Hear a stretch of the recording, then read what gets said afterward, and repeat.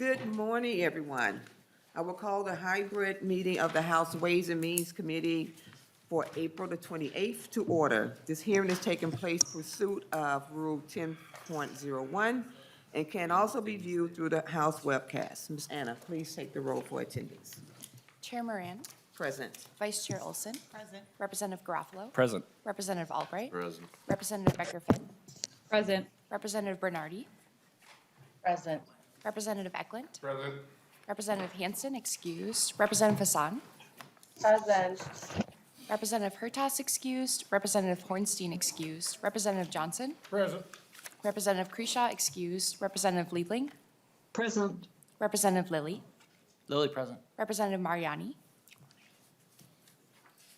Representative Marquardt. Present. Representative Miller. Present. Representative Nash. Representative Nelson. Present. Representative Noor, excused. Representative O'Neill. Present. Representative Pulowski. Pulowski, present. Representative Petersburg. Here. Representative Pinto. Present. Representative Schumacher. Schumacher, present. Representative Schultz. Representative Scott, excused. Representative Sundin. Sundin, present. Representative Mariani. He will be here later, hopefully. Okay. And Representative Nash. Okay, and he'll be here later also. Madam Chair, a quorum is present. So a quorum is present. So our first agenda item is approval of the minutes from yesterday, April the 27th. Representative Olson, can I get a motion to approve the minutes? So moved, Madam Chair. So, any questions or comments about the minutes? Corrections? If not, all in favor of approving the minutes, say aye. Aye. All opposed, say nay. The motion prevails and the minutes are approved. So we have 4 bills on the agenda today, and we need to be done by 10:45. First up is just Hanson. Representative Hanson. So House File 3845, which establishes the Office of Foster Youth Ombudsperson. Welcome to the committee, Representative Hanson. Madam Chair, before we begin, can I? Yes, Representative Garofalo. Thank you, Madam Chair. My apologies. Madam Chair, Representative Hanson, is this your first time before this committee? It is the first time in any in-person committee, so thank you. So, What a treat. Madam Chair, Representative Hanson. I don't know, obviously, the DFL needs to do a better job of orientating their members. Where are the treats? You should have let me know ahead of time. Well, I don't think that's my Madam Chair, we can table the bill. We'll work that. We can We're come back right. next week. We'll. Run out to the store, come back. Well, I do want to welcome you to the House Ways and Means Committee.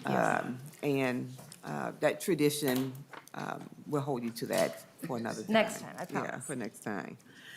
So members, this bill came to us from the Judiciary, Finance, and Civic Law Committee.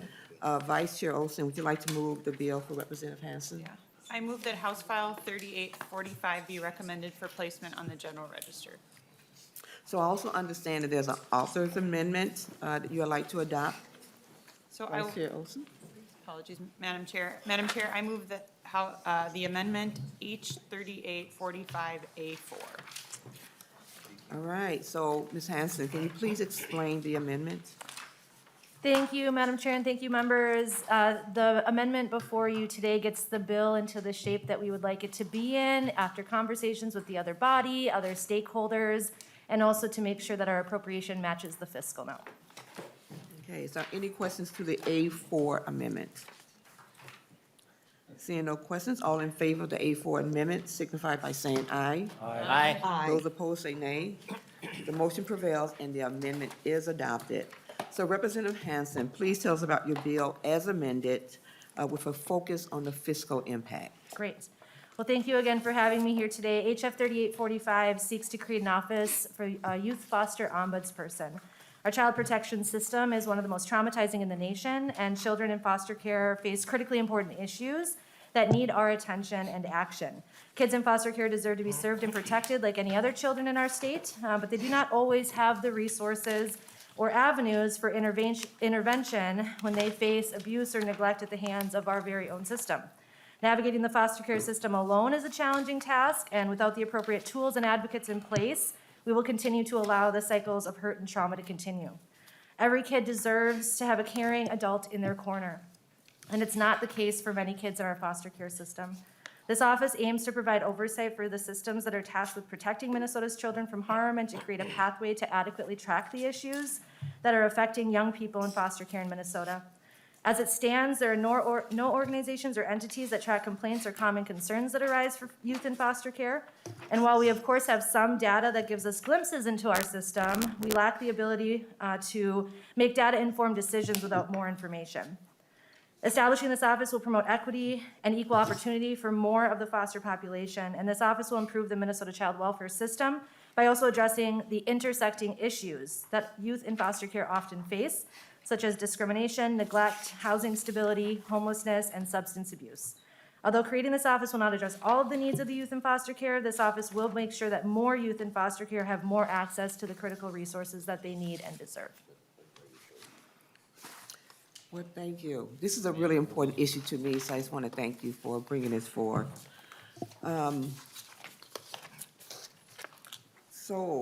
Members, the fiscal note to this bill is in the members' packet for you to view. And for clarity, Ms. Adrian, this bill falls into the other bill category? Yes, Madam Chair and members, this amount will come out of the line that was on the budget spreadsheet that is listed as claims and others. So it is accounted for. So any questions? Representative O'Neill? Thank you, Madam Chair.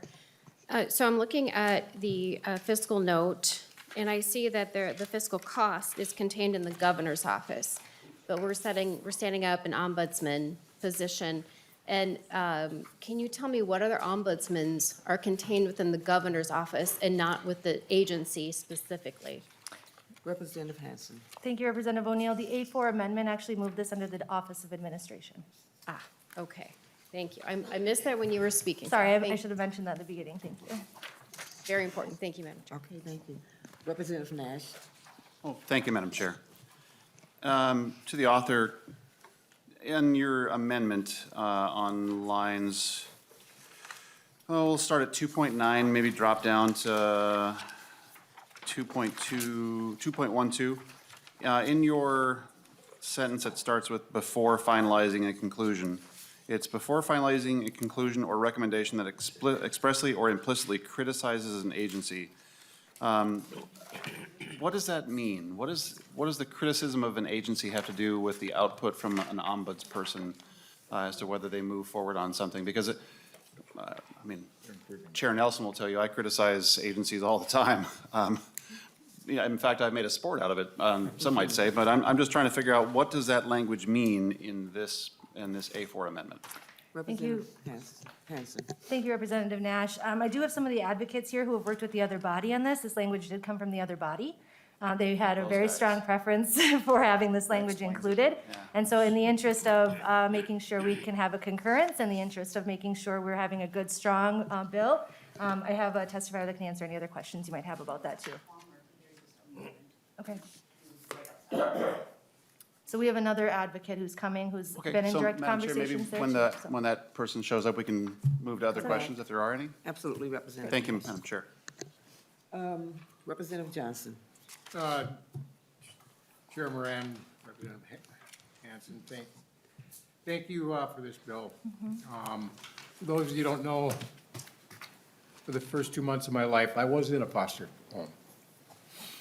I was adopted at 2 months of age, so these bills I take particular interest in. I understand the need for this. Sometimes I have trouble growing government.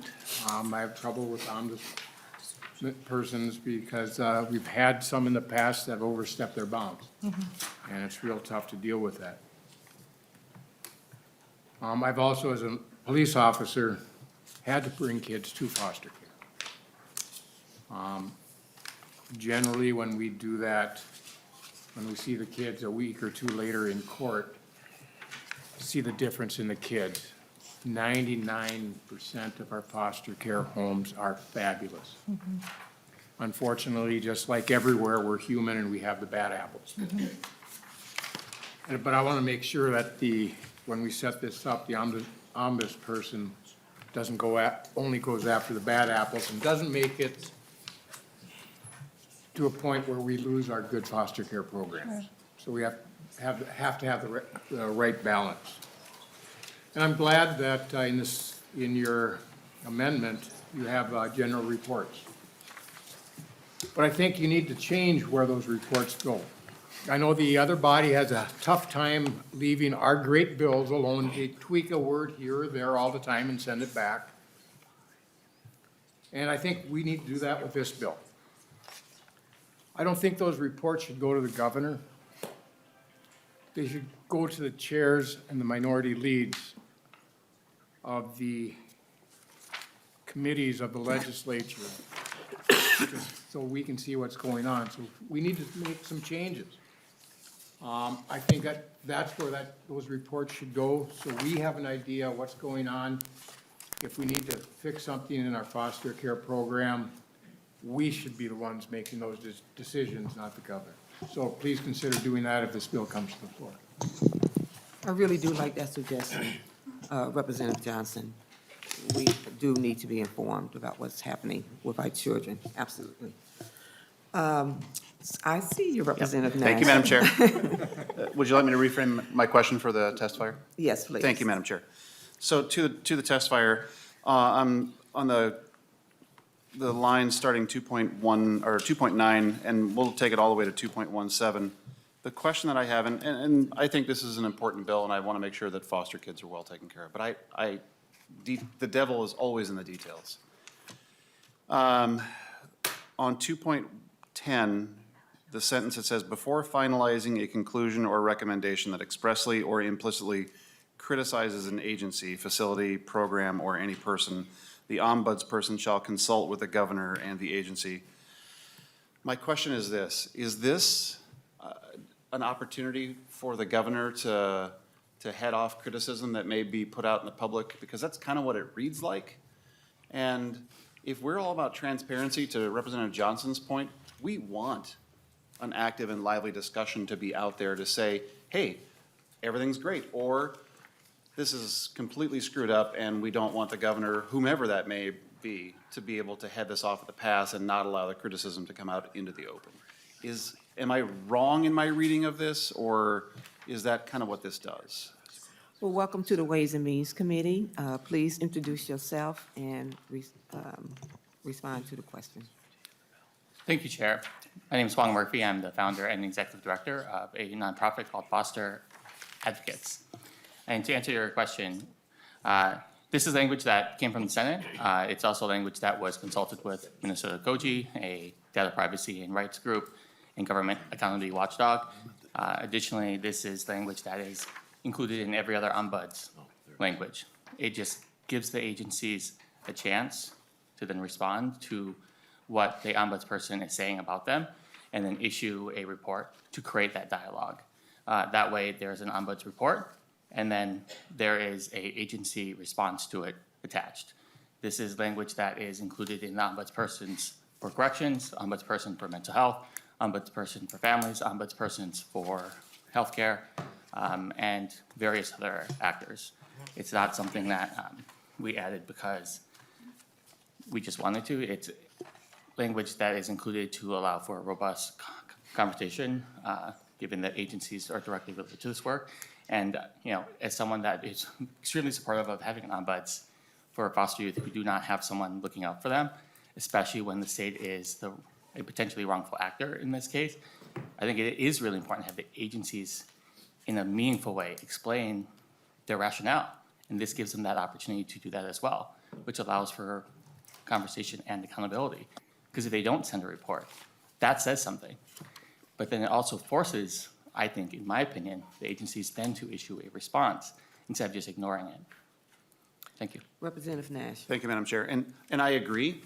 My time here at the legislature, and again, I pick on Representative Nelson, he'll tell you that I want to force conversation because people typically scatter like cockroaches when the lights come on, when you begin shining a light on bad actors or just lax behavior.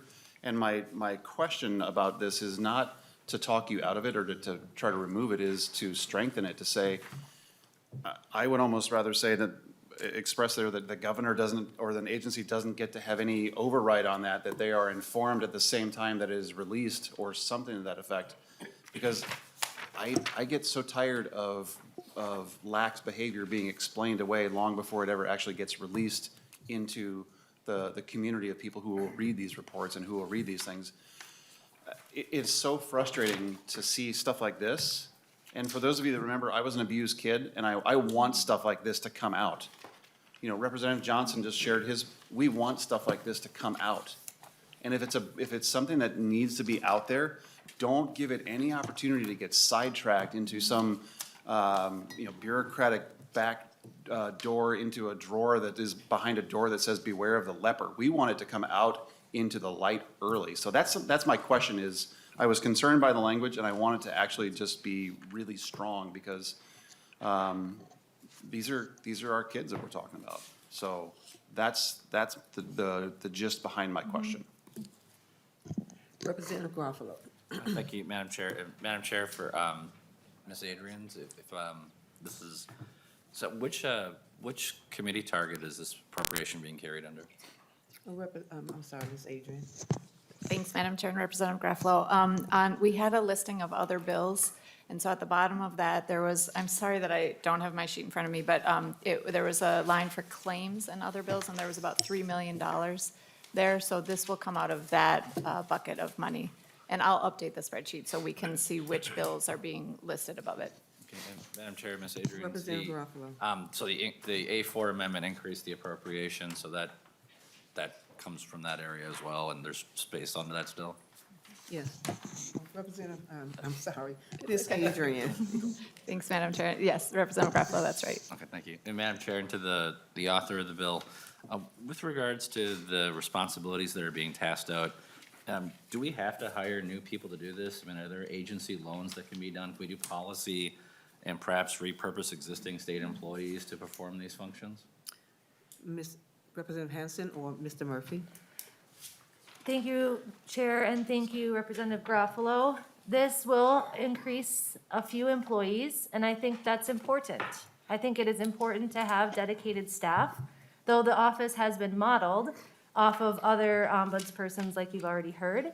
And we are looking to make sure that space can be shared, so keep some of those costs down and other things to make sure that the money for this office goes right back to kids as directly as possible. Representative Garofalo. Okay, thank you.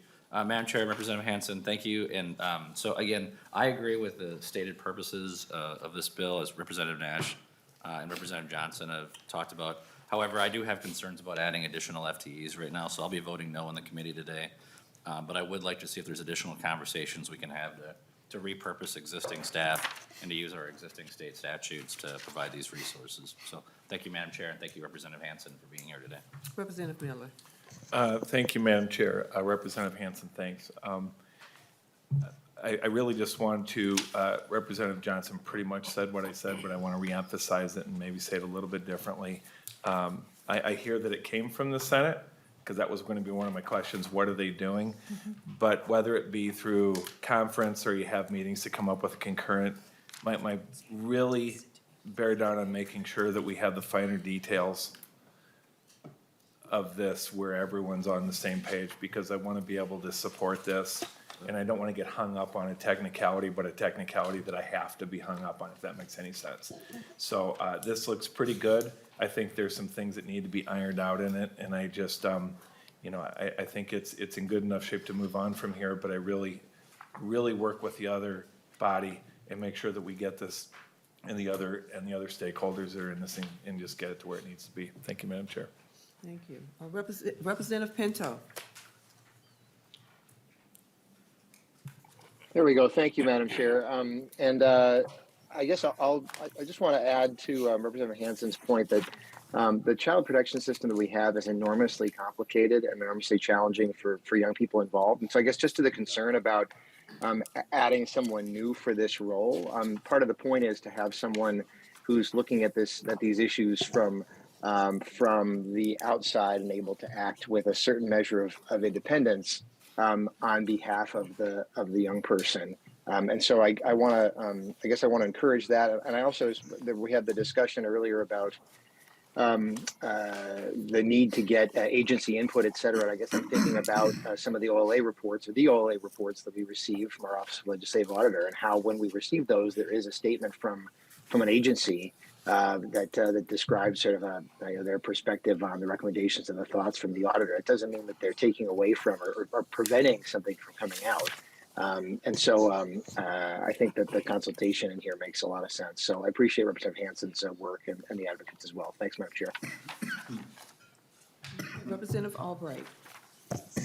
Thank you, Madam Chair. Representative Hanson, I'm looking at the language here, and just help me understand. I'm looking for what the agencies may or must provide in terms of information. And could you clarify if that's an obligation or it's just a permissive opportunity for them? Representative Hanson. Thank you, Madam Chair, and thank you, Representative Albright. The information that needs to be shared needs to be the information that keeps kids safe. It needs to be the information that continues to listen to them and give them someone to have in their corner. And so I think there's going to be certain data that may be shared, and there's certain data that must be shared. I don't think that there is a black and white answer to your question. Representative Albright. Thank you, Madam Chair. Representative Hanson, in one of the sections, it talks about providing any notations to the legislature, or not just to the now the agencies, but I don't see in the bill anywhere where you're suggesting or urging them to send any type of report to the legislature. Could you define why or why not that isn't included in your bill? Representative Hanson. Thank you, Madam Chair, and thank you, Representative Albright. At this point, that's not in the bill. We've had a lot of discussions between a lot of legislators from both sides of the aisle about this. I don't disagree that I think the legislature should get a report. As many of you know, I've been carrying a number of bills this year to address the problems in our child welfare system.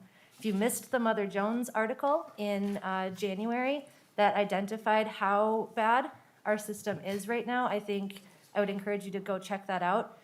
To Representative Johnson and Representative Nash's point, that there are holes in the system and that there are some critical opinions coming down about changes we need to make. And so in order for us to continue to make those changes, we need people like us to be able to see those issues, see where they are, and work hard on them.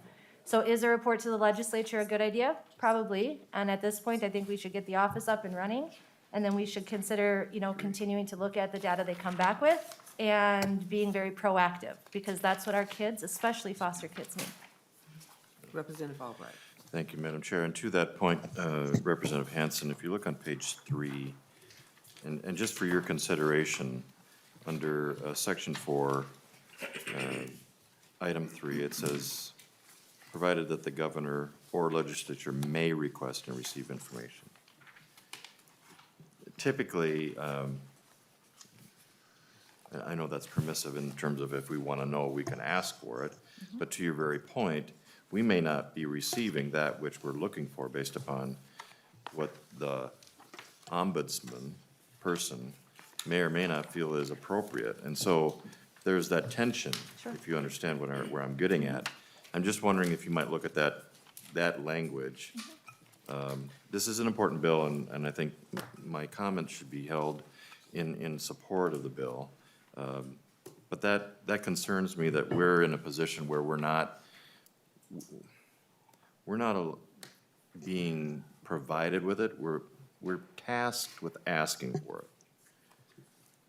We're providing the opportunity. I think it's incumbent upon the ombudsperson to provide, in response to that opportunity, a report, and maybe that's where you take a look at that. And finally, Madam Chair, if you'll indulge me, Representative Hanson, I'm looking at the bill and inclusive of the amendment, and it seems to me like the ombudsperson is really responsible for investigating parents. as opposed to child protection services. Could you explain why the ombudsperson is really tasked with that as opposed to child protective services? Representative Hanson. Thank you, Madam Chair, and thank you, Representative Albright. I think that it is important that everybody be investigated. I think that if there is a child who's not safe, the primary caregiver should be the first person that we probably talk to. I'll let Huang maybe answer this a little bit more in depth as somebody who's in this work. But to your previous point, I also would like to say this is why it's important that we have very strong public-private partnerships with our advocates and people like Huang and his organization who are working on this, because it's not just the ombudsperson who will be looking at this. I have no doubt in my mind that Huang and a number of the kids and youth and other people invested in improving our system will also be keeping a watch on the ombudsperson as well. And I think that there will be a really great relationship there to continue to address the issues. And so Huang, I'll let you answer the rest. Mr. Murphy. Thank you. And I really appreciate the question. One clarifying point here is that when you're in foster care, that means you're in out-of-home placement. At that point, you are in the state's custody. For many of these young people, that means that you're going to be a ward of the state. When you're in foster care, we're your kids. You're the parents. That is the official capacity of this ombudsperson, is to then look out for young people once they are already in foster care. This is not investigating families and parents before our child protection gets involved. This is making sure then, as a county, as a state, that we do right by young people. What happens when a family isn't doing right by its children? Child Protective Services is supposed to intervene. But what happens when Child Protective Services isn't doing right by children? We're asked to hold ourselves accountable, and we're failing every day. 3% of foster youth go on to college. If that were true for our own children, we would be appalled. 50% of us are homeless within 6 months after turning 18 and aging out. We can't look at that and think that we're doing a good job parenting our kids. Well, Mr. Murphy, I hear your passion and I know your story. This is a really, really important issue for me. I've carried many bills around foster care, out-of-home placement, the impact that it definitely has on Black children, Native American kids disproportionately.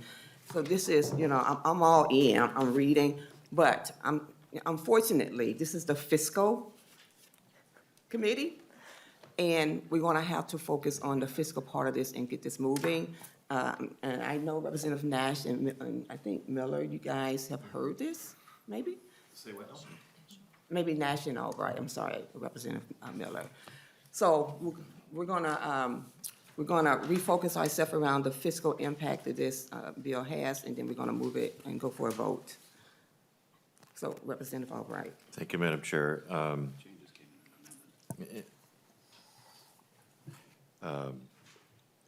I'll use your analogy, and please understand, I think,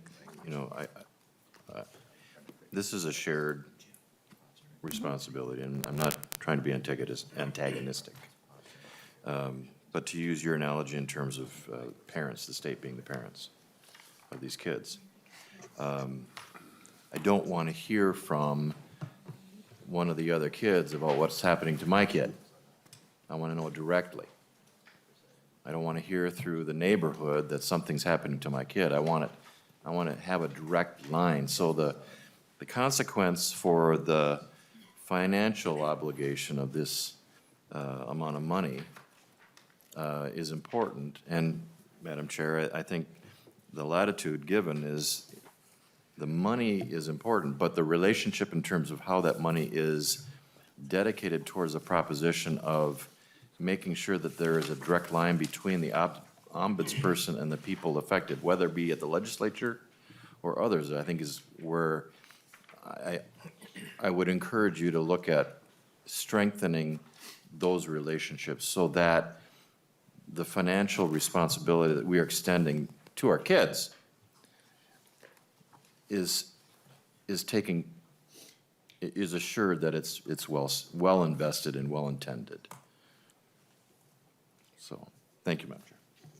Representative Becker Finn. Thank you, Madam Chair. And first, I want to say this is a really good bill, and it's been heard in state government finance, human services finance, and judiciary finance, which, as you noted, many people here on Ways and Means have heard this bill before. And nobody filed an amendment asking for a report. I do not hear the chief author saying she would be opposed to that. She sounds open to working on that. And so I think it's a little bit, I guess I'll use it's interesting that we've had this much discussion about this piece of it when there was no amendment filed, when many of us were well aware of this bill existing for a while here. And I think the idea that when we have a surplus like we do, if we can't come together on agreeing that $650,000 is not an amount we're willing to be supportive of to make sure kids are safe, then I really don't know. It's interesting. And so I would hope folks can support this bill and move it forward. It is about protecting kids. It is a small price to pay to make sure that some of these kids who are the most vulnerable young people in our communities have the options and the ability to be safe. And so I thank you, Representative Hanson, for your work on this, as well as the advocates. This is a good bill, and I hope that everybody can support it. Thank you, Madam Chair. Thank you. Members, this list is getting mighty long, and this bill has been heard in so many committees that you guys are a part of. And we're gonna go through this quickly. I have 3 folks here on the list here. We're gonna stick to the fiscal impact that the governor's office will incur by having this bill before us. Representative Nash. Well, thank you, Madam Chair. Madam Chair, I'm asking questions that came in the A4 amendment. Didn't have that in the bill before. So I think it's completely within the confines of our committee's purview to ask a question in an amendment that comes in our committee. Have I seen this previously? Yeah, but this wasn't in it. So a question that gets generated as a result of an amendment that's being brought to this committee, I think is something that we should welcome if we're doing our committee work properly. I'm not saying I don't support the bill, but if we're bringing an amendment that introduces new language into the bill, into our committee, why wouldn't we want to be able to allow and even welcome conversation from clearly a member, myself, who's asking a question to try to help strengthen the bill? I don't need to be lectured by people to say that's a bad idea. I'm trying to help the bill, and it's a fair question for me to say, this came forward in an amendment, what does it do? Thank you. Okay, Representative Petersburg. Thank you, Madam Chair. I was going to just kind of reiterate the same thing that Representative Nash said. When you allow amendments that are not financial or impact financially into the bill, then that should be up for debate. If you're going to keep a debate to only financial matters, then only amendments dealing with financial matters should be brought up before this. Since we have a procedure in which we allow amendments in during hearing in the Ways and Means, then it needs to be have an opportunity for us to talk about them. And it isn't about whether or not the bill, the major part of the bill has been heard or not. What that amendment does oftentimes changes the bill, and then it's a different bill that we need to have a discussion about. Thank you, Madam Chair. Representative Hassan. Thank you, Madam Chair, and thank you, Rep. Hanson, for this bill. Rep. Hanson and I are fellow social workers, and I don't know if you guys, I've shared this with this committee or not. I've worked for Hennepin County in child protection services for many years. And this bill would help fix a problem that exists. I am super thankful for her bringing this bill, and I want to thank the advocates that are, brought this bill to us. There are in our, child protective system, children who are Black and brown are disproportionately in this system. I remember in 2010, I believe, Minnesota failed an audit because they had too many children from minority communities or BIPOC communities in the system. And those children need support. Those children need our help. They need a voice. And 650,000 for supporting those children should not even be a questionable ask, in my opinion. And if any of you guys worked in those in that system and saw like the horrors that the children are facing within that system, it's a system that we as a government designed, not specifically the individuals in this committee, but we as a state of Minnesota designed that system. But it's a system that's inadequate and inefficient to meet the needs of children. So I am supporting this, and I want to thank Rep. Hanson for her compassionate approach on this. And I hope you guys can also support. Thank you. Representative Johnson. I'll be quick, Madam Chair. Listening to some of the debate going from the other side of the aisle, we support this bill. We're trying to make it better. We're trying to make sure that this body gets the information so we can fix problems so they don't happen again. Without reports coming to this body, we don't have that information. We want to do our best to protect our children. Our children are our future. And we want to make sure they're safe. So I want to thank Representative Hanson for bringing this forward. Like I say, we're trying to make this better so we can do better for our kids. And so with that, I am assured that we are all responding because we want to keep kids safe, you know. And I'm hoping folks don't feel too, too put back by thinking someone is lecturing to you. We're here to share information and share our opinions about the bill that is before us. I know for me, it was interesting to know, as we talked about the governor getting a report back, that all this bill does is align with all the other language that's currently in law.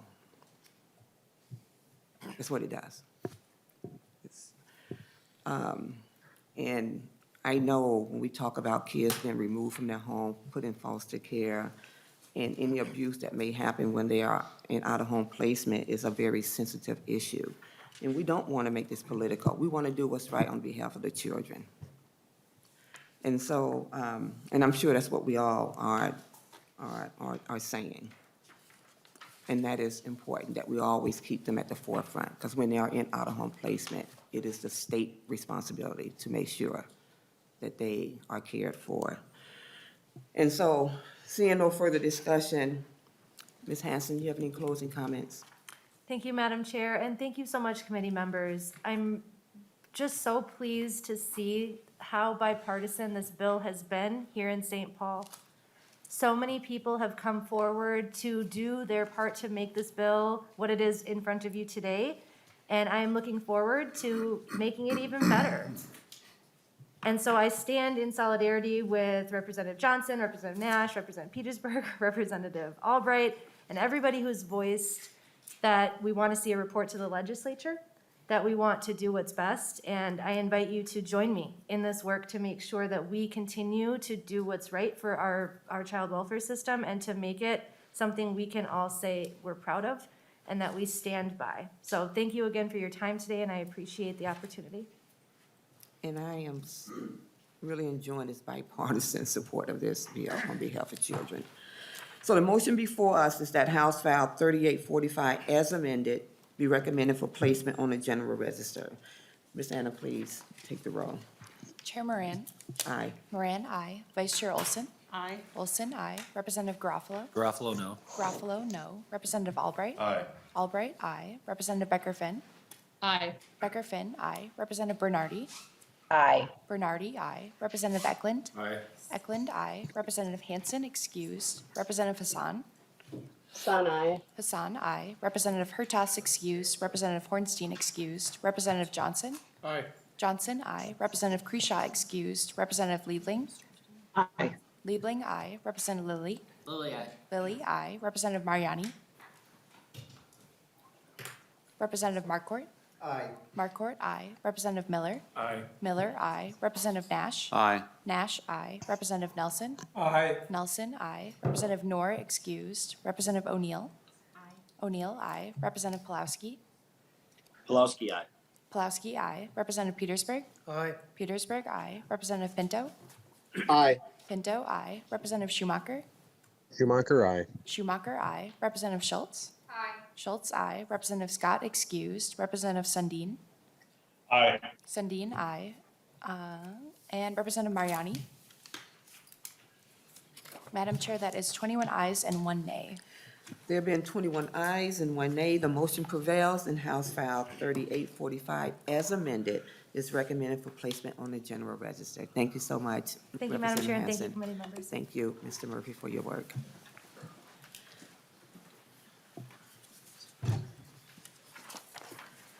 All right, so the next bill up is House File 3768. Representative Koegel on structural settlement. Members, this bill came to us on a motion from the floor on Tuesday. Vice Chair Olson, would you like to move the bill? Yes, I move that House File 3768 be recommended for placement on the general register. Well, welcome to the committee, Representative Koegel. I understand that you also have two authors amendment you would like to have offered to get the bill in the shape that you would like to present it. Vice Chair Olson, would you move the DE amendment? Madam Chair, I move H 3768 DE4 amendment. And how about the A1? And then I also move the A1 amendment to the DE4. Okay, so, thank you. Representative Koegel, can you explain the A1 amendment to the DE4? Thank you, Madam Chair. I believe that the amendment to the amendment is just renumbering sections. It was an omission when we were drafting the language. Okay, is there any questions to the A1 amendment Do to you the guys have- DE4 that's before us? Do you guys have the A1 amendment? I have the A1. Should be A1 to the DE4. Okay, great, beautiful. All those in favor signify by saying aye. All those opposed say nay. The motion prevails and the amendment to the amendment is adopted. Okay, so the DE4 as amended is before us. Please explain the amendment, Ms. Koegel. Thank you, Madam Chair and members. So House File 3768 is reforms to our structured settlement purchasing laws. And so when Minnesotans are injured, they're sometimes compensated for their injuries by setting up long-term payments through a structured settlement that is approved by the court. These settlement payments are intended to address ongoing needs for income, losses, medical bills, sometimes long into the future. This kind of came about because of an expose in the Star Tribune, which exposed a problem with our current law by allowing these long-term settlements to be sold to third parties, frequently for a small fraction of their actual worth. The articles pointed out the lack of a clear tool to prevent the types of abuse that have occurred in the past.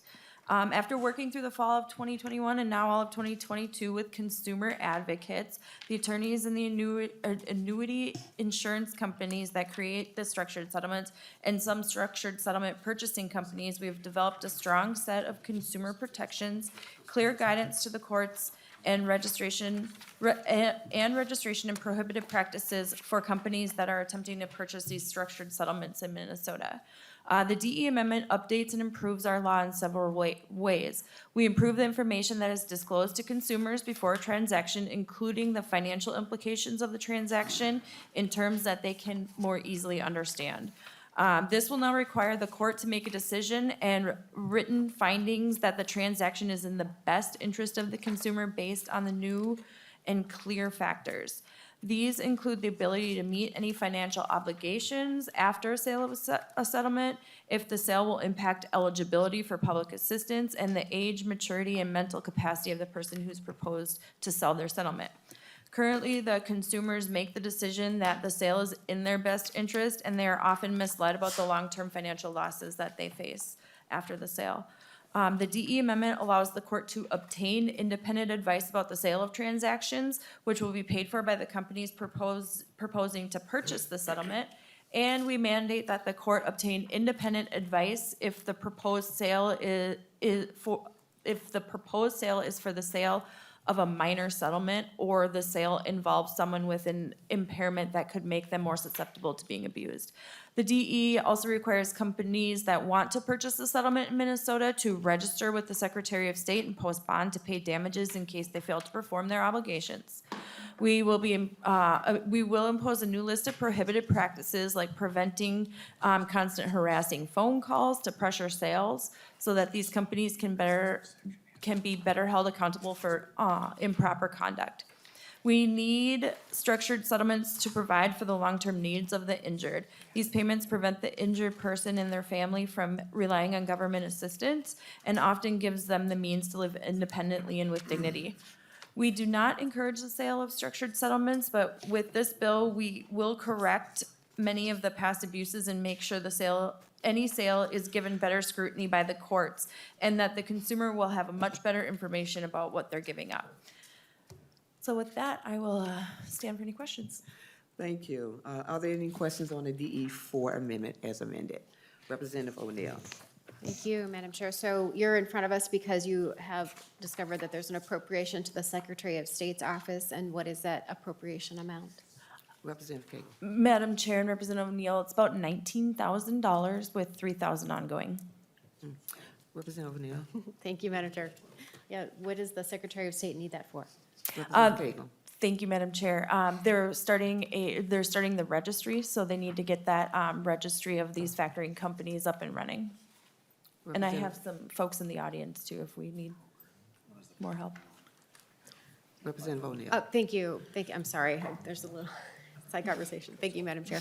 So is this for staff or for IT, or do you have any breakdown? We don't have a fiscal note, otherwise I wouldn't ask, but there's no fiscal note in front of us, so I don't know what, other than it's going to the Secretary of State's office in 19,000, I don't know what it's paying for.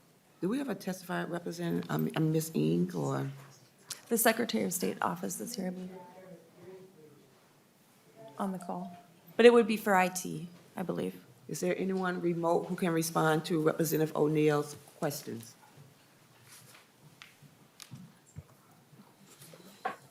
Nicole Freeman. Is Ms. Freeman available?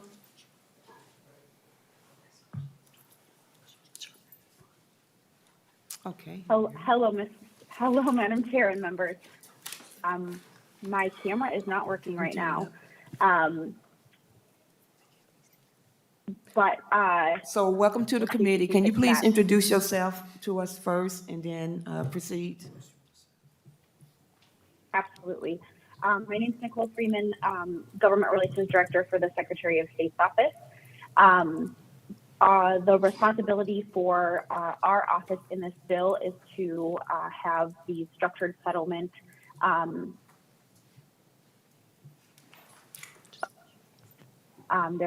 it reflects a similar model that is in Louisiana and Georgia, where this legislation is present there as well. So the costs are around creating registries and a mechanism for recording these and tracking all of the files that are required to be given to our office. And so it's a one-time IT cost for that programming, and then the $3,000 is for ongoing maintenance of that system as things change to update these filings. Representative O'Neill. Thank you. Thank you for explaining what it was for. Thank you. I hope, Madam Chair, it would be just helpful to have a fiscal note in front of us. I wouldn't have to ask all Nope, that stuff. that's a Thank good you. question. Thank you. Okay, well, Representative Nash. Thank you, Madam Chair. we bring IT issues forward and we sprinkle money all over the place for saying, oh, it's just for IT stuff, but we should have a fiscal note to Representative O'Neill's point, detailing what that is. I mean, I get tired of, there will be a day where I don't harp on IT issues here at the Capitol.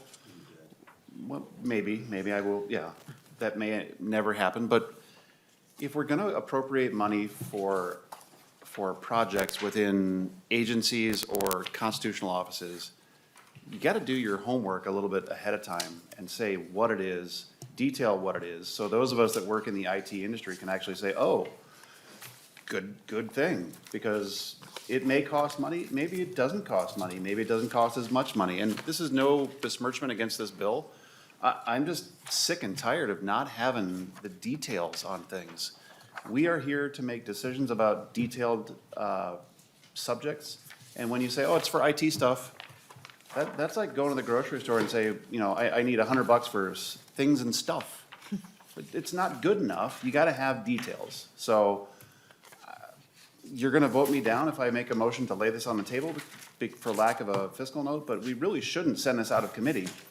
If we're the fiscal, to the lecture I got a minute ago, if we're the fiscal committee, we're about to turn something loose that we don't know what the heck it does. So I leave that possibly to your purview, Madam Chair, to say it should stay here until the fiscal note catches up, and I don't know if that's been requested or we have an idea when it's gonna be here, but if we're gonna turn things loose, then we should know what it does, particularly since after some of us read the budget resolution from yesterday, things are getting pretty skinny on money that you get to spend. So, thank you, Madam Chair. So we have a fiscal analysis here. Maybe Ms. Adrian can speak to it, because I do want you to know, to have more information. Thank you, Madam Chair and members. I apologize, I don't have additional information. There was a fiscal note requested on the bill in its original form, and so that did not have a cost, and so the changes that were done to this do have this cost, and it was through the Secretary of State's office, and we will have a request for a fiscal note in process soon, but we don't have a completed fiscal note. I'm going to do a double check here, Representative Nash, and Madam see if Chair. Ms. Eng have any Madam Chair. response for us. Yeah, Madam Chair, I guess I'll just say, no one casually picks $19,000 out of the air. It's like, oh, I'll need a couple of 20s and a 10. There was a reason that was chosen. I'm sure there is a definitive opportunity for us to figure out what that is. I'm not trying to be obstructionist. I'm just saying that the process is the process. And you talked about it a few minutes ago, where the fiscal committee, we should know, I mean, respectfully, my bill came here because it had a $3,000 cost, and that's fine. But we're talking $19,000 now, and we don't know what it does. So, thank you. Madam Chair. Representative Koegel. Thank you, Madam Chair. And Representative Nash, we have a fiscal note for the Senate file, if that would help, because that language, the registration language came from the Senate file. And so it is done for the Senate file. If you want to take a look at this, you're more than welcome to. So we do have something Madam for you, Chair. Representative. Madam Chair, Representative Pinto. I believe Ms. Freeman's been trying to raise her hand to answer the question. Okay, Ms. Freeman? Thank you, Madam Chair, members. Representative Koegel just covered Senate File 3636. We completed a fiscal note, and so through that process was the analysis that got us to that $19,000. So there's further details of exactly what it would be, and what the components of the IT projects are in there. It starts on page in our assumptions, page 8.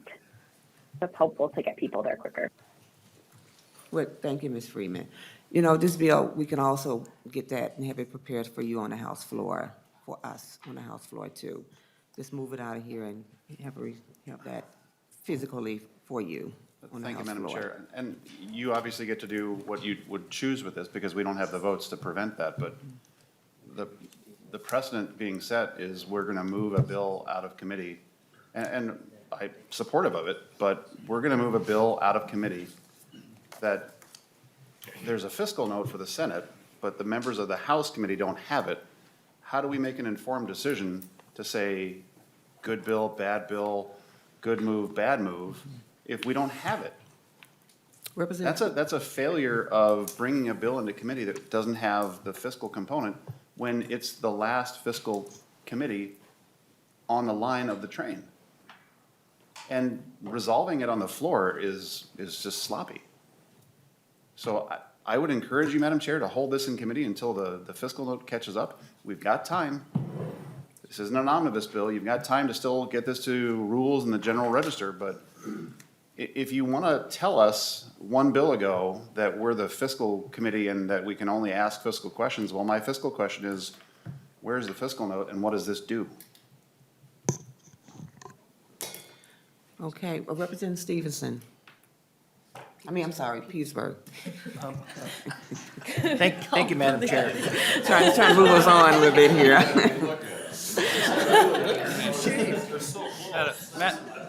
Madam Chair, in fairness, they could pass as twins. So Representative Petersburg, So the question is about a fiscal note, and at least we ought to hold this bill back until we can get copies of the Senate fiscal note. Why don't we do that? Depend- I think that is an awesome idea, Representative Petersburg. So we're gonna lay this on the table until after we hear from Representative Stephenson, until we get the physical piece in front of you. Okay, so why don't we do that? I see we have Representative Stephenson who is here.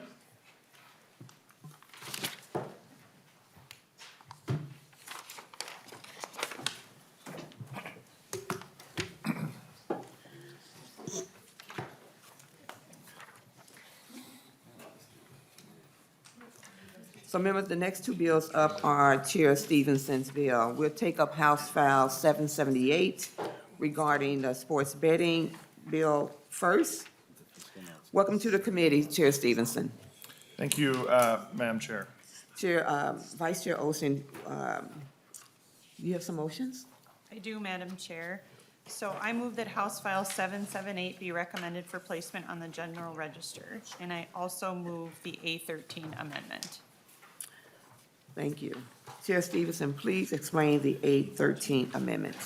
Thank you, Madam Chair. Members of the committee, the A13 amendment changes some appropriations language related to the regulation of sports betting. Essentially, it makes the bill entirely self-sufficient and pays for the regulation out of the underlying, the tax revenue generated by the bill. That was always the intent. As the bill was moving through committee, I always said that we would do 10% of the revenue would go towards that. But once we got a clear understanding of how much it would cost from the fiscal note, instead of doing a percent of the tax revenue, we're doing a fixed appropriation out of the special revenue account. With the fixed revenue, then we change the other allocations to percentages after taking the regulatory costs off the top. Okay, are there any questions on the 813 amendment? Seeing no questions, the 813 amendment is before us. All those in favor signify by saying aye. Aye. Those opposed say nay. The motion prevails and the amendment is adopted. Okay, so House File 778 as amended is before us. Please tell us about your bill with a focus on the fiscal impact. Thank you, Madam Chair. House File 778 legalizes sports betting in Minnesota. Many of you have seen this bill before because it has been well-traveled. I believe this is the 7th or 8th committee in the House to hear this bill. We've had excellent discussion as we've moved through committee. 31 states and Canada have now legalized sports betting, including all of the states that neighbor Minnesota. This is an idea whose time has come. My bill legalizes both brick and mortar sports betting and mobile sports betting. To put that in plain terms, that means that if this bill passes, Minnesotans will be able to travel to brick and mortar sports betting lounge at any one of our tribal casinos, but they'll also be able to wager on sports through apps on their smartphones. It's worth noting that sports betting is already occurring in Minnesota right now, including mobile sports betting. It is very easy for any Minnesotan who wants to bet on sports in Minnesota. They're just doing it illegally through shady websites and digital workarounds. As my colleague and co-author, Representative Garofalo often says, what this bill is about is displacing a black market with a regulated legal market, and ensuring that we have protections for consumers and honestly deal with the very real side effects of gaming that we know are big factors. Most people can gamble responsibly as an amusement or a hobby, but for a small subset of people, it is a real problem, and it can destroy lives. I've seen it in my day job as a prosecutor, seen people make terrible decisions. But we, instead of just trying to legislate out of that and say by fiat it's not legal and that's the way we'll solve the problem, we're trying to deal with it honestly.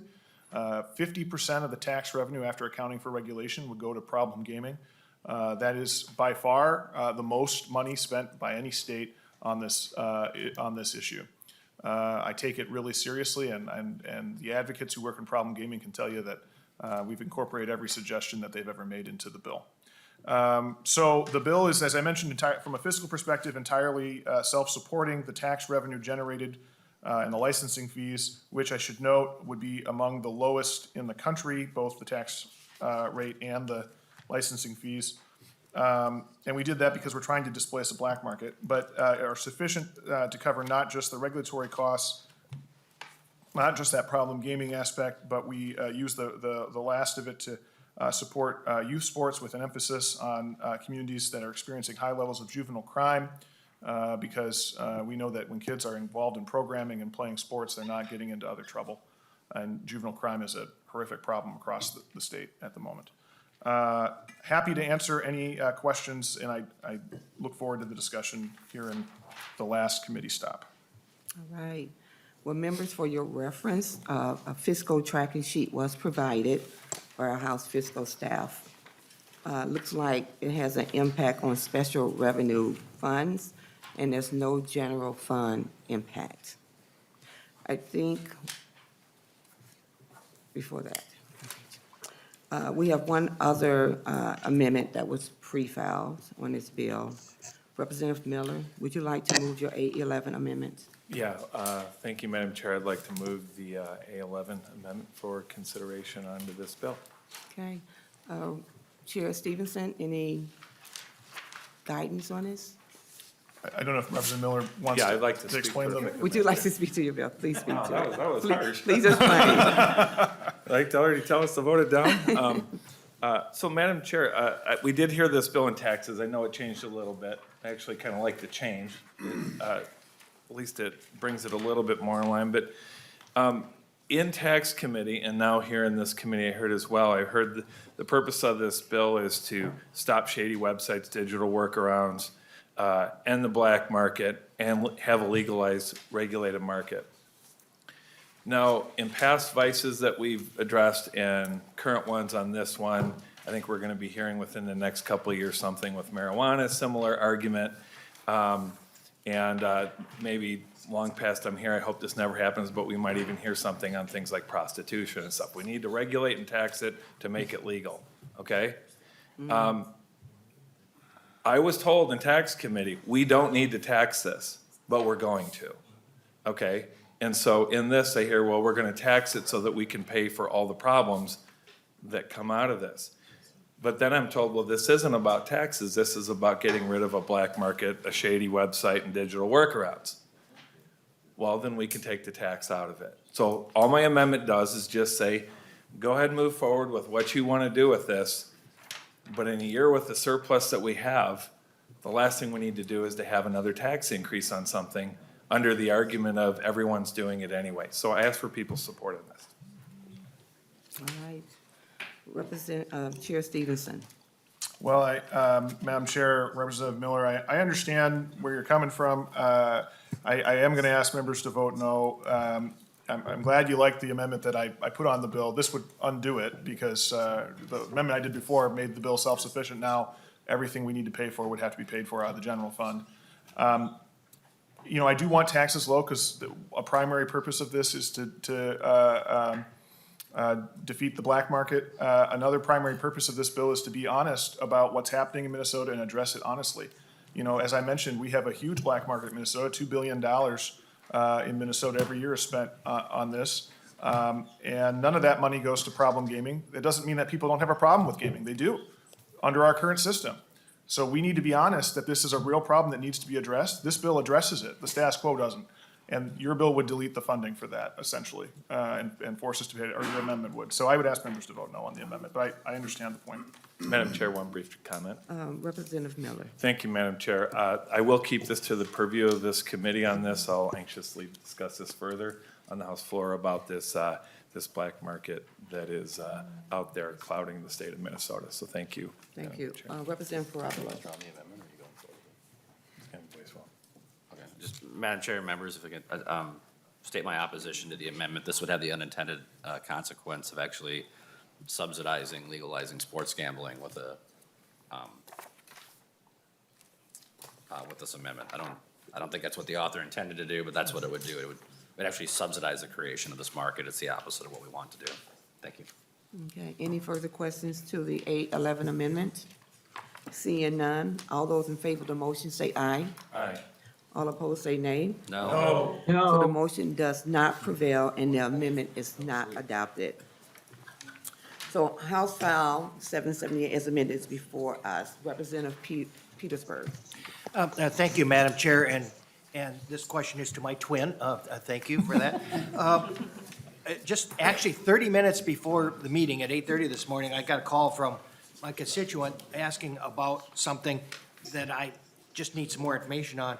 He talked about barrel printing for raffles in regards to gaming in which the process of printing the tickets that you sell and then another set of tickets to go into a barrel to pick the winner versus random generation. And he thought it was going to be in this bill or moving forward. I quickly then tried to find it. I didn't see it in here. I didn't see it originally. Didn't remember. Is it in here or is that something traveling separately? Chair Stephenson. Madam Chair, Brother Peterson, I don't, there's nothing in the bill about barrel printing of raffles. I haven't actually, I will be candid, I hadn't heard that issue before, so it's not, when you ask is it traveling elsewhere, if it is, it's traveling without my knowledge. But it's not in this bill. This bill only, there's no other gambling policy in this bill other than sports betting. Thank you. Representative Petersburg. Thank you, Brother Stephenson. As well, Mr. Chair, Madam Chair, briefly, all it does is, they said random generation would save lots of money and so forth, and he thought it was moving along, and if it's not, that's fine. We'll follow up later. Thank you for that follow-up. All right, thank you. Seeing no further questions, Vice Chair Olson renews her motion. Is there a question? Oh, okay. So Vice Chair Olson renews her motion that House File 778 as amended be recommended for placement on the general register. Ms. Anna, please take the roll. Chair Moran. Aye. Chair Moran, aye. Vice Chair Olson. Aye. Olson, aye. Representative Garofalo. Garofalo, aye. Garofalo, aye. Representative Albright. Albright, aye. Representative Becker-Finn. Aye. Becker-Finn, aye. Representative Bernardi. Aye. Bernardi, aye. Representative Eklund. Aye. Eklund, aye. Representative Hanson, excused. Representative Hassan. Aye. Hassan, aye. Representative Hertas, excused. Representative Hornstein, excused. Representative Johnson. No. Johnson, no. Representative Kresha, excused. Representative Liebling. Pass. Representative Lilly. Lily, aye. Lilly, aye. Representative Mariani, excused. Representative Marcourt. Aye. Marcourt, aye. Representative Miller. No. Miller, no. Representative Nash. Nash, no. Nash, no. Representative Nelson. Aye. Nelson, aye. Representative Noor.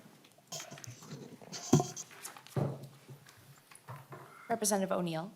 O'Neill, no. O'Neill, no. Representative Pulowski. Pulowski, no. Pulowski, no. Representative Petersburg. No, Petersburg, no. Representative Pinto. Aye. Pinto, aye. Representative Schumacher. Schumacher, no. Schumacher, no. Representative Schultz? Aye. Schultz, aye. Representative Scott, excused. Representative Sundin? Aye. Sundin, aye. Representative Nor? Excused. Nor, excused. Madam Chair, that is 14 ayes and 7 nays. There have been 14 ayes and 7 nays. The motion prevails in House File 778 as amended is recommended for placement on the general register. So remember, our last bill, before we go back to 3768, is House File 2767, the Omnibus Liquor Bill. The bill came to us from the Commerce Committee. Vice Chair Olson, please move the bill and the author amendment for the author. I move that House File 2767 be recommended for placement on the general register, and I also move the H 2767A13 amendment. Thank you, Vice Chair Olson. Chair Stephenson, can you please explain the A13 amendment? Thank you, Madam Chair, members of the committee. This is the Omnibus Liquor Bill. This amendment has several provisions in it. To begin with, there's some language that reflects a additional agreement between craft distillers and the wholesalers related to cocktail rooms to ensure some guardrails around that provision.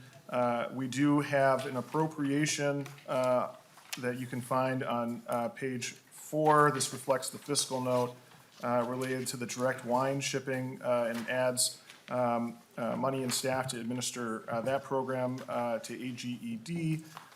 Then there are 2 local projects that were not considered by the Commerce Committee until after this bill left the Commerce Committee. One related to a social district in Anoka and one related to a softball complex in Rochester. Okay, are there any questions on the 813 amendment? Seeing no further questions, the 813 amendment is before us. All those in favor signify by saying aye. Aye. Those opposed say nay. The motion prevails and the amendment is adopted. So House File 2767 as amended is before us. Please tell us about your bill with a focus on the fiscal impact. Madam Chair, members of the committee, as I mentioned, this is the Omnibus Liquor Bill. It reflects a long set of compromise discussions that have been occurring over the last year to try and modernize Minnesota's liquor laws, particular emphasis on craft distillers and craft brewers, while maintaining the important consumer protections and safety protections that are in Minnesota's liquor laws. And it has been a difficult balance to strike. It is a compromise. I don't know of anyone who is thrilled with it, except for that I am thrilled that we have completed it. But that's the nature of compromise. Everyone gets a little something. No one is exactly very happy with it. From a fiscal, and I won't go through all of the various provisions in the bill, just to say that I think there's some very good and important changes here that will allow Minnesotans to more thoroughly enjoy the craft spirits and beer that they love. But from a fiscal perspective, there's 2 appropriations in the bill to 2 different appropriations to AGED. I mentioned the one that we added by amendment that relates to direct shipping of wine. The other is just a general addition of 2 inspectors. AGED is already understaffed, and this bill, as I mentioned, expands the amount of craft opportunities for craft brewers and distillers, and so it makes sense to increase their staffing to accomplish that. There's also an appropriation to the Department of Revenue to handle the tax consequences of the direct wine shipping bill, but the total cost to the general fund in this biennium is less than $1 million. All right, thank you. Members, for your reference, this bill is also being tracked in the other bills category that was in the budget resolution. Is that correct, Ms. Adrian? Yes, Madam Chair. The funding for this bill has been accounted for. Okay, so let's move on to the other amendments. Representative Nash, you submitted 3 amendments to this bill. Unless you have a preference, can we start with the A15? Thank you, Madam Chair. Yes, we'll just move numerically, and I believe these are friendly amendments, so I will not be roll calling them. The chair put into his bill a kind of a council of people who are representing the different parts of the three-tier system. And after I spoke with some of my folks and some other members, they brought forward a desire for farm wineries to be reflected on that council. So I would move the A15 amendment to include farm wineries in that as well. All right, thank you. Chair Stephenson. Representative Nash is correct. This is a friendly amendment. I'd ask for a yes vote. Okay, any questions or comments on the A15? Seeing none, all in favor of the motion, say aye. Aye. All opposed, say nay. The motion prevails, and the amendment is adopted. Okay, Representative Nash, would you like to move to the A16? Thank you, Madam Chair. I would move the A16, and this puts a seat on that group for a food retailer or a convenience store so that the discussion can become a robust one and have representation of people who've got a vested interest in this. So once again, friendly amendment, and I move the A16. Chair Stephenson. Madam Chair, Representative Nash is correct. Friendly amendment, ask for a yes vote. All right. Any questions to the A16? Okay, seeing no questions to the A16, all those in favor of the motion say aye. Aye. Oh, I'm sorry, we do have a question. Representative Sundin. No, my hand's not up. That was an aye vote. All those in favor of the motion say aye. Aye. All opposed say nay. The motion prevails and the amendment is adopted.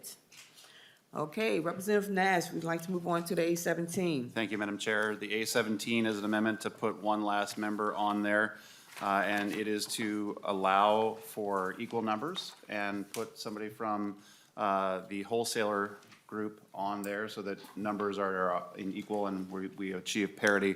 Once again, in speaking with the chair, this is a friendly amendment, so I will not be roll calling it. Chair Stephenson. Yes, Madam Chair, and Representative Nash is once again correct. It is a friendly amendment. There is one thing I just want to put on the record here. On line 1.2 of this amendment, it changes 9 to 10. That's the whole council moves from 9 to 10 if we adopted just this amendment, but we've adopted two others. So it should be from 9 to 12. I spoke to Mr. Clayman from House Research in the audience while we were considering other bills. About whether we need to do an oral amendment. He communicated with the revisor's office, and it's understood that the revisor can make that as a technical correction as they're preparing the committee report. That I just want, should be probably the intent of the committee that it should be 12, not 10, since we've adopted all three of these, or you've adopted, hopefully, all three of these amendments. Yep. And Madam Chair, that was going to be my request at the conclusion that we direct staff to make the numerical corrections so that we don't have 10 at every tier, because too many cooks in the kitchen then become problematic. But yes, that is correct. Okay, so we have that technical correction from 10 to 12. Thank you. Representative Petersburg, Thank you, Madam Chair. That was my to the question. A17. Okay, great. Okay, seeing no further question, the A17 amendment is before us. All those in favor of the motion say aye. Aye. All opposed say nay. The motion prevails and the amendment is adopted. Great job. So Member House File 2767 as amended is before us. Any questions of the author? Representative Nash. Thank you, Madam Chair. More of a comment. Mr. Chair, as you know, I have provisions in this, and then provisions are in this bill that I authored some, even before you got here. I want members to understand, and Representative Olson will back me up on this, this has been a long process. And we are at an incredibly notable place right now, because not only I've carried the liquor bill before and all these provisions were in it before, but we now have buy-in from all the interested parties. And Representative Olson and I tried that, and we're oftentimes deflected for mysterious and unknown reasons, sometimes just, well, we don't feel like it, but we are now there. So we have members of the three-tier system in agreement that this is the bill that we should be moving forward. It is a compromise, members. That is an incredible thing to be looking at, because, as much as I don't want to talk about IT issues in the future down the road, to not have to talk about changing our archaic liquor laws allows me to go find another hobby legislatively. This is something that, if you follow me on social media, you'll know that I have crisscrossed this state doing videos about freeing the growler and videos about distillers needing help and craft beverage manufacturers needing help. Well, help has arrived, and I am pleased to be a part of this because the chair has actually allowed me to assist. This is great. This is what people expect of us here when they send us down here, because when you talk to people back in the district or across the state, they don't understand why they can't do something as simple as buy a growler at some breweries but not others, or why they can't buy a large bottle of liquor at a distillery because the forces that be previously have said, no, we don't get to do that. And I'm pleased that we are now addressing the 3-2 town team issue, because last year was a bad year for town team and beer at the state tournaments. This is a good bill, and I fully support it, and I think Vice Chair Olson would as well. This is phenomenal work. We just have to pray that that other mysterious body does their job as well, because the admonition has always been, bring a bill that has the consensus of all the stakeholders out there, and the Senate would move it. Well, here you go. This is it. So, members, I think this is a good bill. This is a good piece of compromise. I've been a part of conversations. We've talked with all the different interested parties. Sometimes we have to go back and forth several times and revisit things because tempers run hot, but this is a good bill. Please vote yes. I will be. Thank you, Madam Chair. Representative Johnson. Chair Moran, Representative Stephenson, thank you for this bill. I have a tough time with alcohol bills, and as a brother who's a alcoholic and has major health issues because of it, working as a deputy sheriff, cleaning up the fatal DWI crashes, going to the thousands of domestics over my career, where I can count on one finger where alcohol was not involved. So I have a tough time with any alcohol onto this bill. There's one issue that I was concerned about in this bill. I want to make sure that it's in it. There was recently a lawsuit dealing with the distributors, where if we don't fix that, each particular brand can have their own, trying to think of the word for it, but there's just one single provider across the state. And where it's happened in other states, it's skyrocketed the cost of alcohol. Is that fixed in this bill, Representative Stephenson? Chair Stephenson. Thank you, Madam Chair and Representative Johnson. It is. That's the Coleman Act fix. It is a very important issue. I agree with your analysis, and I'm just paging through the bill so I can direct you to it, but it is in here, yes. Representative Johnson.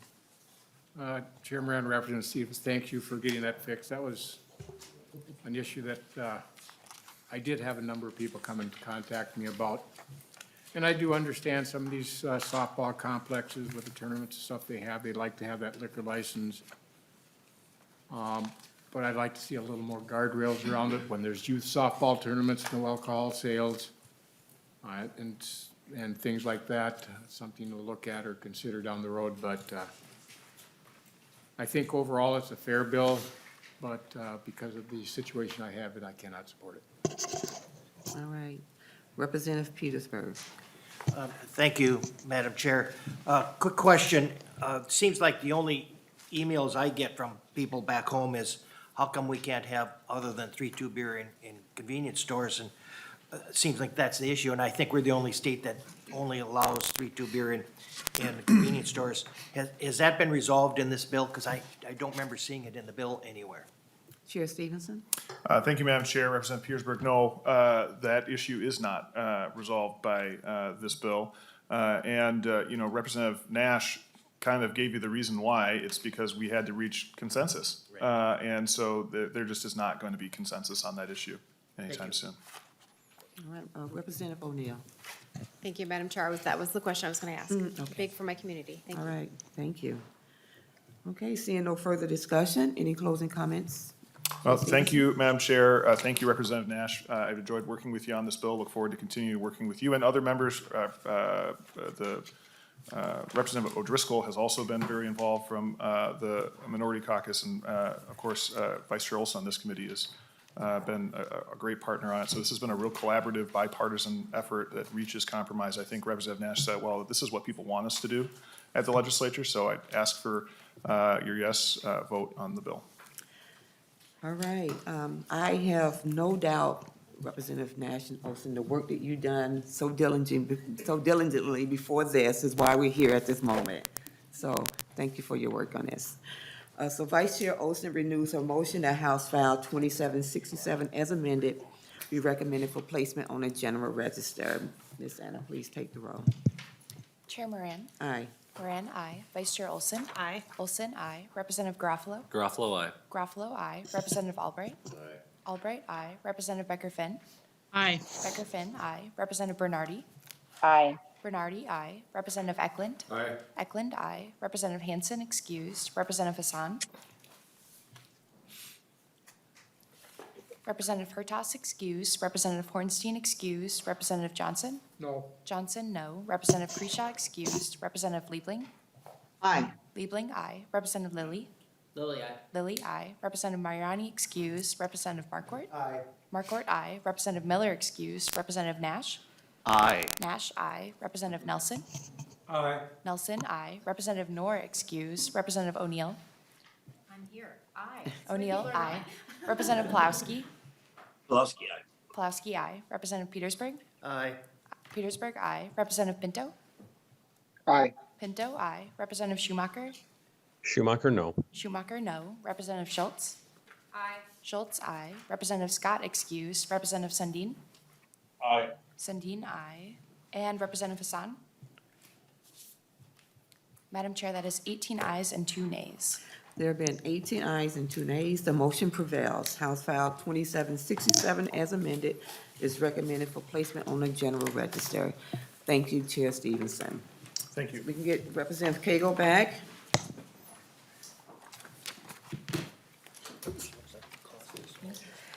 So let me just open up by just saying, I just want to thank members. I want to thank you for your patience to get a fiscal note before us that you can see. Representative Koegel? Thank you, Madam Chair. I always knew my skills as a page would come in handy, so. Representative Nash, any comment? Thank you, Madam Chair. And I'm looking at the fiscal note, and, you know, we can argue, does it take 40, 80 hours? But it does show what is being requested.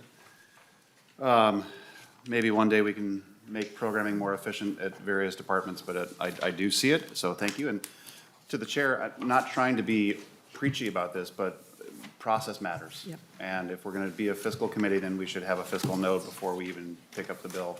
It should be tucked in the packet, or we should just hold it back until such a time, so thank you. Yep, thank you. So seeing no further discussion, any closing comments? Madam Chair, members of the committee, thank you so much for hearing this bill. I kind of jokingly called this, I just cut my fingers off bill, and now I need to get, now I need a lot of work. I need to distract myself. So this was the first bill that I'm glad I can make Representative Garofalo laugh. Do people not get the joke or not? But it was one of the bills that I'm really proud of the work that we did on this. It was advocates from across the spectrum, the industry, and this is a big deal. And so I think we should be really proud of this work. I just want to thank all the advocates that were there with me since October working on this. And so I think this will help a lot of people. Thanks. Thank you for your work. So Vice Chair Olson renews her motion that House File 3768 as amended be recommended for placement on the general register. Ms. Anna, please take the roll. Chair Moran. Aye. Moran, aye. Vice Chair Olson. Aye. Olson, aye. Representative Garofalo. Garofalo, aye. Garofalo, aye. Representative Albright. Aye. Albright, aye. Representative Becker-Finn. Aye. Becker-Finn, aye. Representative Bernardi. Representative Eklund. Aye. Eklund, aye. Representative Hanson, excused. Representative Hassan. Representative Hertas excused, Representative Hornstein excused, Representative Johnson? Aye. Johnson, aye. Representative Kreshaw excused, Representative Liebling? Aye. Liebling, aye. Representative Lilly? Lilly, aye. Oh, Lilly, aye. Representative Mariani excused, Representative Markort? Aye. Markort, aye. Representative Miller excused, Representative Nash? Aye. Nash, aye. Representative Nelson? Aye. Nelson, aye. Representative Noor excused, Representative O'Neill? Aye. O'Neill, aye. Representative Pulowski? Pulaski, aye. Pulowski, aye. Representative Petersburg? Aye. Petersburg, aye. Representative Pinto? Aye. Pinto, aye. Representative Schumacher? Schumacher, aye. Schumacher, aye. Representative Schultz? Aye. Schultz, aye. Representative Scott excused. Representative Sundin? Sundin, aye. Sundin, aye. Representative Hassan? And Representative Bernardi? Bernardi, aye. Bernardi, aye. Madam Chair, that is 20 ayes and no nays. Well, there have been 20 ayes and 0 nays. Congratulations, Representative Koegel. The motion prevails. House File 3768, as amended, is recommended for placement on the general register. Thank you. Thank you. Representative Garofalo. Thank you, Madam Chair. Just a quick question. So there's a preliminary agreement that's been released on the preventing the unemployment insurance tax increase as well as the frontline worker bonuses. Do you anticipate having any hearings on that agreement, or are we just going to let the conference committee? You know, that's something to think about. Okay. We'll see. Okay. So members, that completes our work for today. This has been a very full week, and I want to thank you all for your patience, for your time, for your commitment to the work that we do here. So we don't have a next meeting scheduled yet, so please watch your email for any additional meeting. This hearing is adjourned.